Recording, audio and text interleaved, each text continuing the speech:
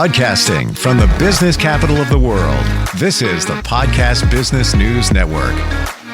And welcome back, everybody. I want to share with you a wonderful nonprofit organization that basically bridges the gap to access of education and eventually degrees and also college. And they essentially walk the journey with students from elementary school right on up in a very special area of Ohio, but not centrally located there. In general, we also have international students they also work with, and this gentleman is the man behind it. We call him Dr. John. He joins us on the program today. How are you? I am doing good. Thank you, Steve, for having me on your platform. Wonderful to have you here, and thank you for creating this nonprofit. Tell us about it. It's called Ikaza? Yes, it's called Ikaza, Bridging the Gap. Ikaza in my native tongue means bridge. Bridging the gap to access to education, persistence, and degree attainment. Because we understand that, there are many roadblocks to education, whether it is higher education or even trade education. There are many roadblocks. Especially, this is particularly true for minority, low-income, and first-generation students, right? Now, we also know that persistence, it's sometimes not obvious.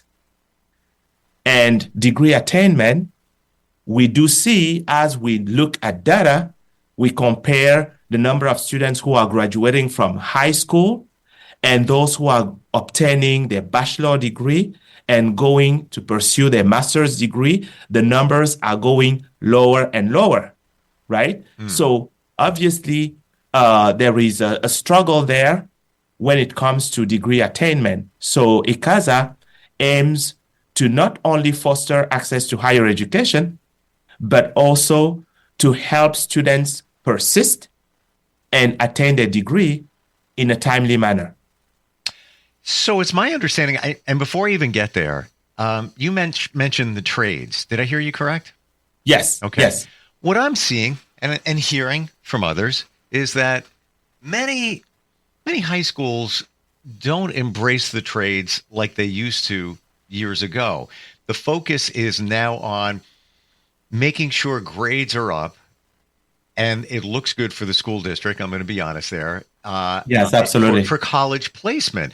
However, we're ignoring the trades, and there are some students that don't have an interest in going to college. They want to focus on trades. As far as I know, in our lifetime, we're going to need plumbers. We're going to need electricians, and it's kind of been pushed over to the side, whereby back in the day, no, that was actually embraced with certain programs. Do you see that as well?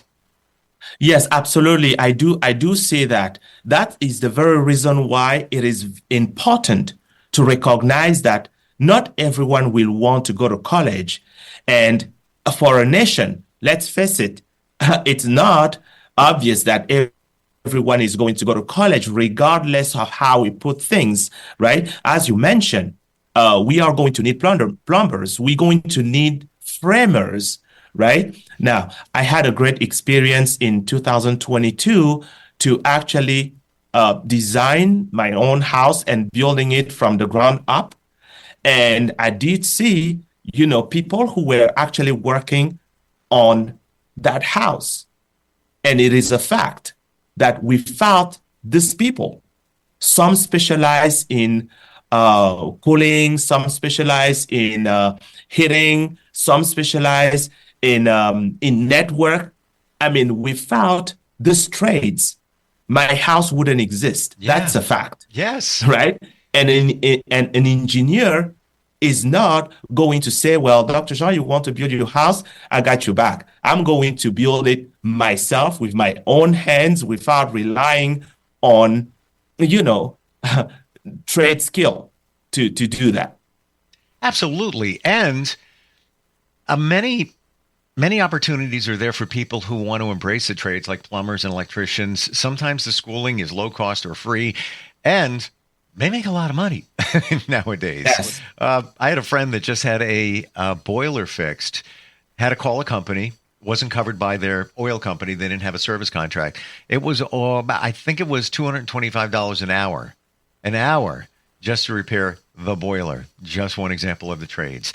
Before we get deeper into Ikaza, Dr. Jean, can you tell me your backstory? You're a college professor, right? How did you get to this point? Yes, I am a college professor. I'm actually a full professor at Kent State University, which is an accredited academic institution in Northeast Ohio. It's one of the leading academic institutions in Northeast Ohio. As a matter of fact, Kent State is rated as R1 institution. What this means, it's that Kent State is very much engaged in research, and they have high achievement in research, right? Whether you are thinking about biological sciences, engineering, aeronautics, public health, Kent State is very much high up there when it comes to research productivity and transforming not just our community, but quite frankly, the world. So Kent State is high up there in terms of research. So as of what I do as what I would call day job is to be a college professor. And I do teach a wide range of biological science courses, including microbiology, which is, by the way, my specialty. Then I also do teach anatomy and physiology for nursing students. I teach VETech students, human genetics, and life on planet Earth, just to mention only those few courses. But I do teach a wide range of courses, and I also do some research on improving the quality, actually trying to understand the impact of wastewater treatment facilities on surface water. And very specifically, I'm interested in understanding the occurrence of antimicrobials and antimicrobial bacteria, antimicrobial resistant bacteria, bacteria that are resistant, to antimicrobials in surface water. And my specific focus right now is the Cuyahoga River, which occurs in Northeast Ohio. I'm gonna digress for just a split second, but seeing a lot of it, especially today, microplastics in our water supply or waterways. Is that on your radar in the scope of what you do? Well, in the scope of what I do, no.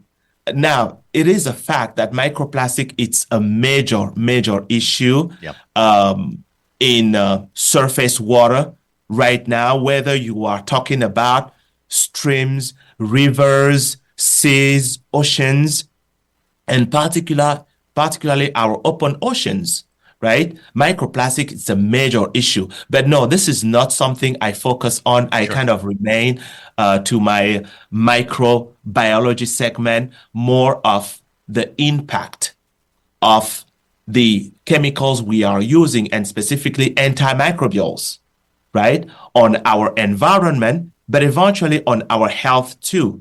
Because when we use antimicrobials, they end up in our streams and rivers. Those of us who are fishing, those of us who are, enjoying the outdoor, right? Are we at risk of catching a microorganism that is going to be resistant to the very drug that we use, for instance, to treat urinary tract infections, which are very common in our community?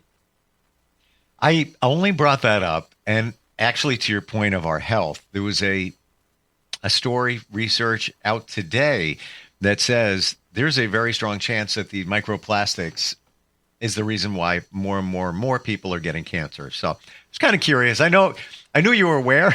I was just kind of curious about that. Like literally just came out. Dr. Jean, you obviously have an affinity to help people. You started this organization. You're a teacher, professor, because you like making a difference and helping others. Where does that come from in your life? Is it from your childhood? Is it from a mentor? What's going on there? It is actually very complex. It is actually very complex. It's a mix of many things, right? Now, from my childhood, it is a fact that my mom and dad influenced me a lot. My dad was an elementary school teacher. Now, at the time my dad went to school to become an elementary school teacher, there was no such thing as going to college to become an elementary school teacher. Well, but here is the thing. My dad was very much, he wanted me to study. He wanted me to study, and he wanted me to go the extra mile. Now, my mom, on the other hand, she's a hard worker. She's still alive. She's 76 now. She's a hard worker, and she taught me from my very childhood that I should work hard. And she took me with her, in the farm, in the different things, the different activities she was doing. I was there with her. I was her first boy, right? So during my childhood, really, I had to, work because my parents, wanted me to work. But eventually, I was driven by the desire to achieve something, right? And beyond that desire to achieve something, then I realized that, well, yeah, you do this and this and that, but how about others around you, right? Can you use some of what you've learned to impact positively your community? What kind of environment do you want to see around you, right? Because it is easy to say that, well, this is not going right, this is not going right. But question is, what are you doing about making the community, the environment, the kind of environment you deem right? So giving back to my community has been at the forefront of my mind, and being a college professor and seeing students struggling, particularly students from low income, first generation, historically disadvantaged people. I've seen them struggling. And what I've noticed, Steve, is that a lot of the students that I've encountered and who have told me, well, I don't think that college is for me, forget about it, I'm going to do something else.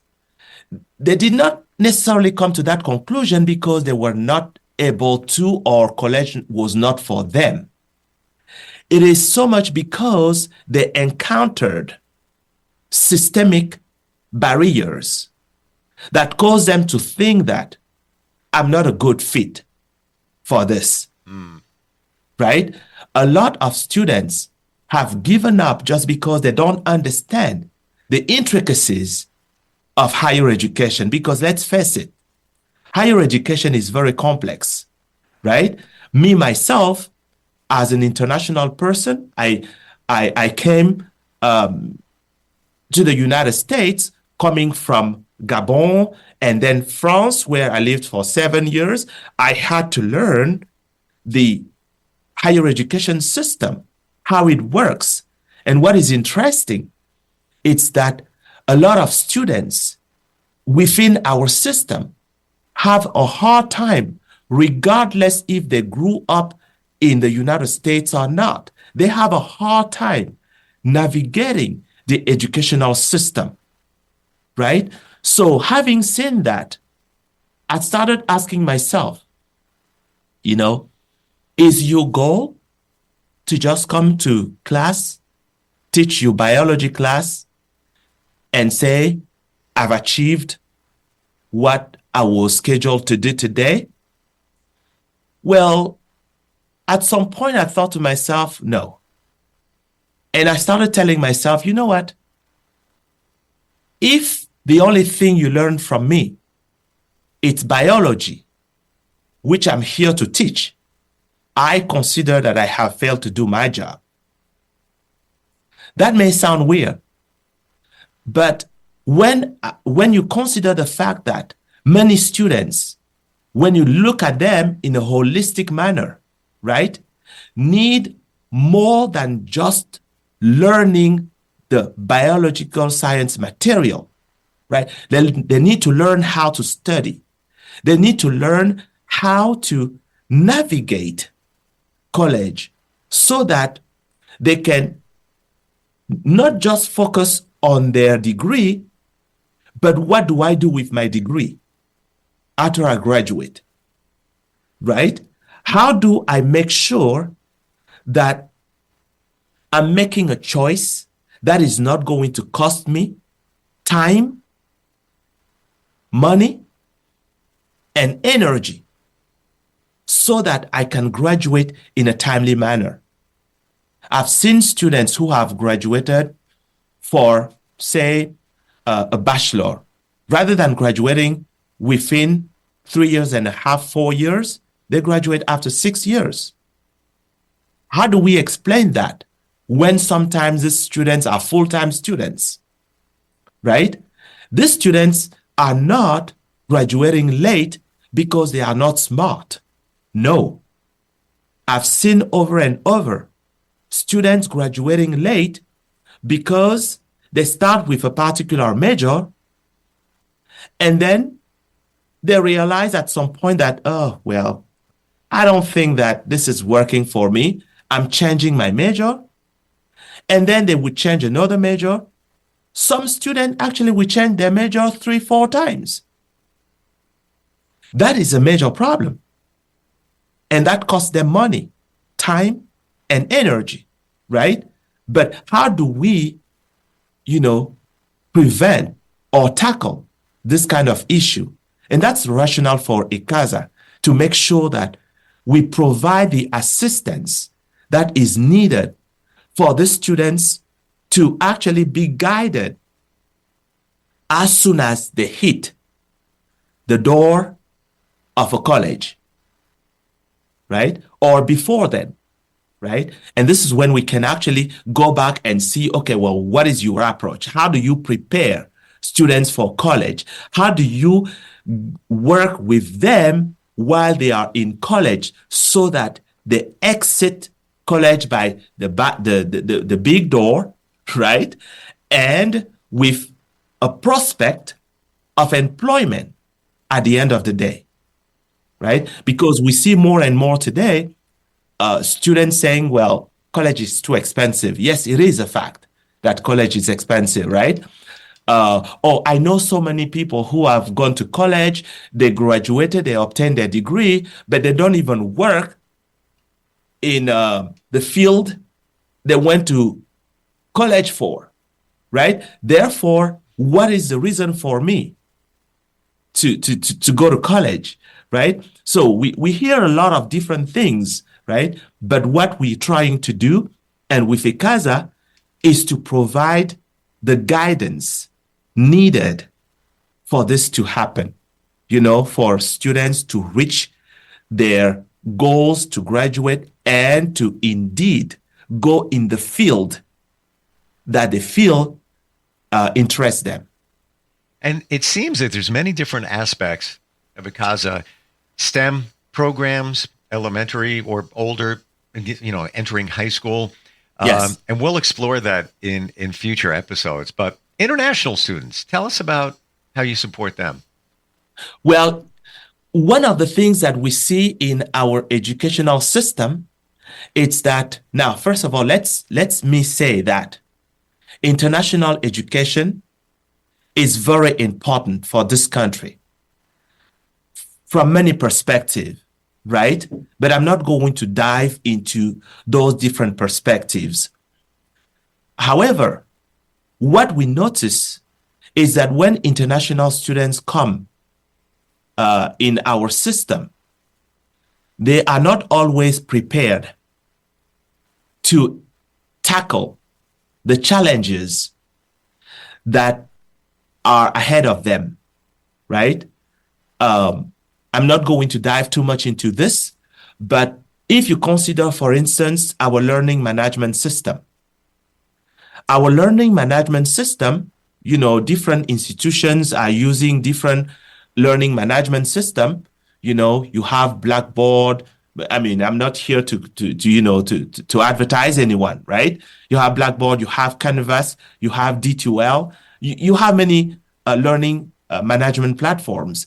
And these learning management platforms, I've seen many international students coming in class and not knowing how to turn in their work that they did, right? They did some work, but they just don't know how to submit the work, how to see the comments that instructors are putting. Especially, this is particularly true when it comes to online education, right? Today, we have a huge proportion of our education that is happening online. And a lot of students are struggling to understand how to make the most out of the learning management system when it comes to online education.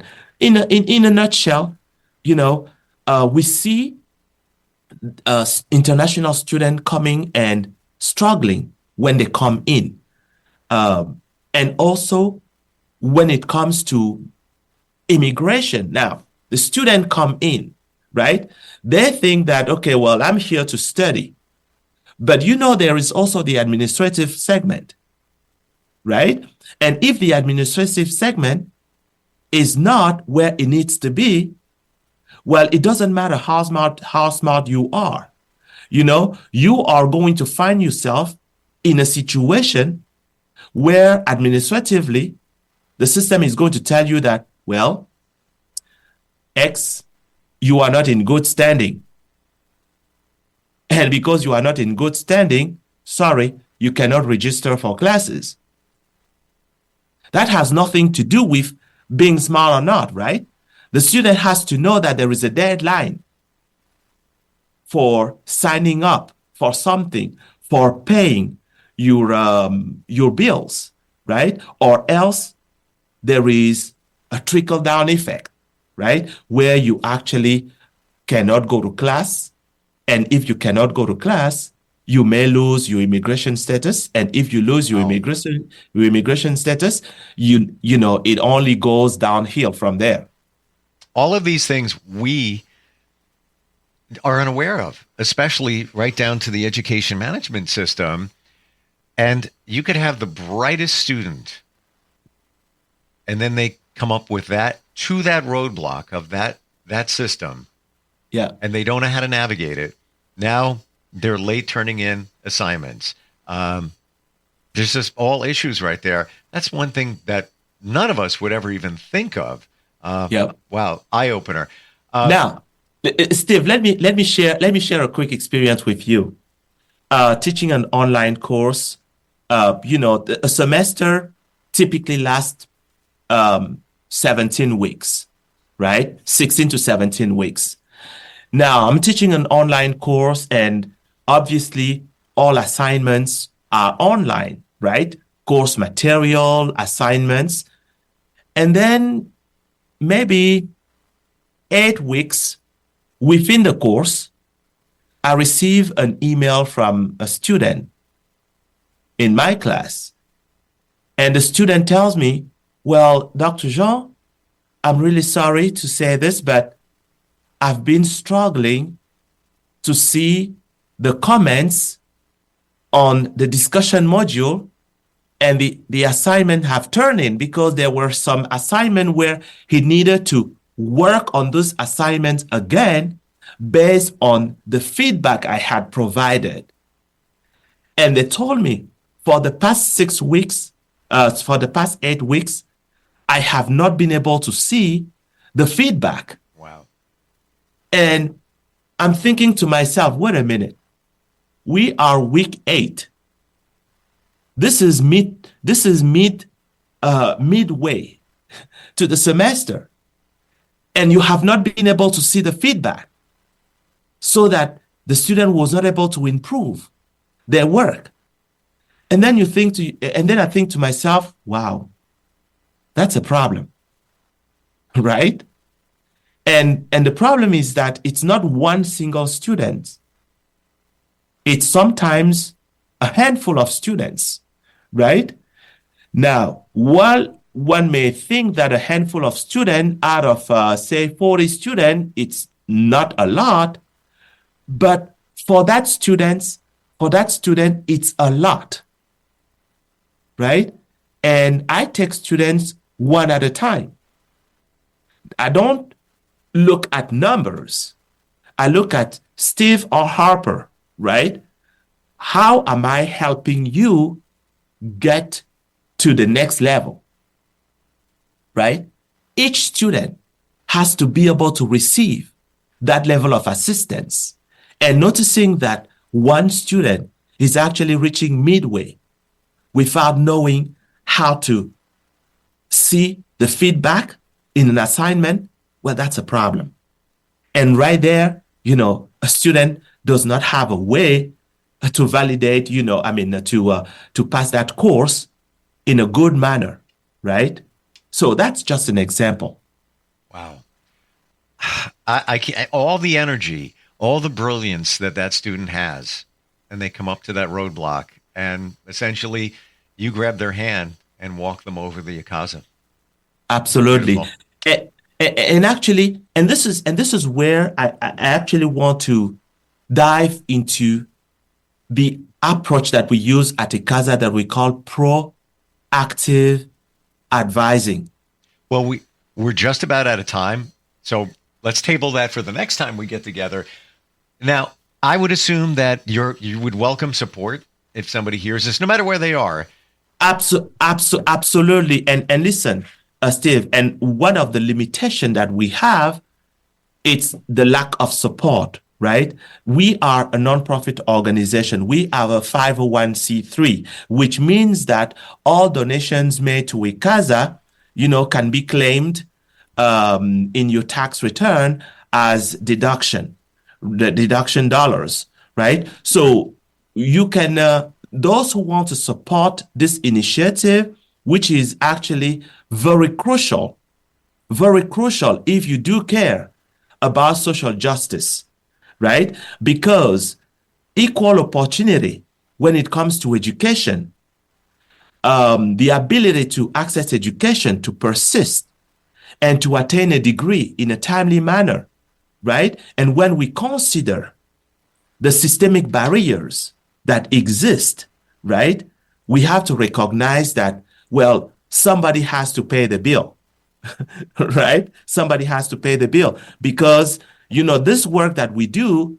it's free to our students, right? Students do not ever pay out of pocket anything. So what we do it, with the donations of people. So if people would like to make some donations, they can visit us at our website, which is Ikaza, EKAZABTG.org. They can visit our website and make donations there. They can also find us on Venmo, on PayPal. We welcome donations, and we would provide a receipt for your donation, and you can claim your donation as a tax deduction whenever you file your taxes. I look at it this way. For the rest of us that have gone through school, think about if you had those blocks, each one of us, and you had no way to get past it. Imagine if you were using a system in school and you can't see the comments, and now you're penalized by the teacher or professor because, let's say you're an international student, you had no idea. Wonderful program, Dr. Jean, and future episodes when we get together, would love to talk about the STEM program and so much more. Thank you for being here today. Sure. Thank you for having me. And I want to also make sure that, in the future episode that we really spend some very specific time on the proactive advising model, because it's very important that people understand, right, the difference between the proactive advising model and the traditional advising model that exists in our academic institutions, regardless of where you go. I'm truly intrigued about that and want to learn. I really do. Appreciate you being here. We'll catch up next time we get together. Thank you. Thank you, Steve. I appreciate your time. Thank you. We'll be right back. Mhm.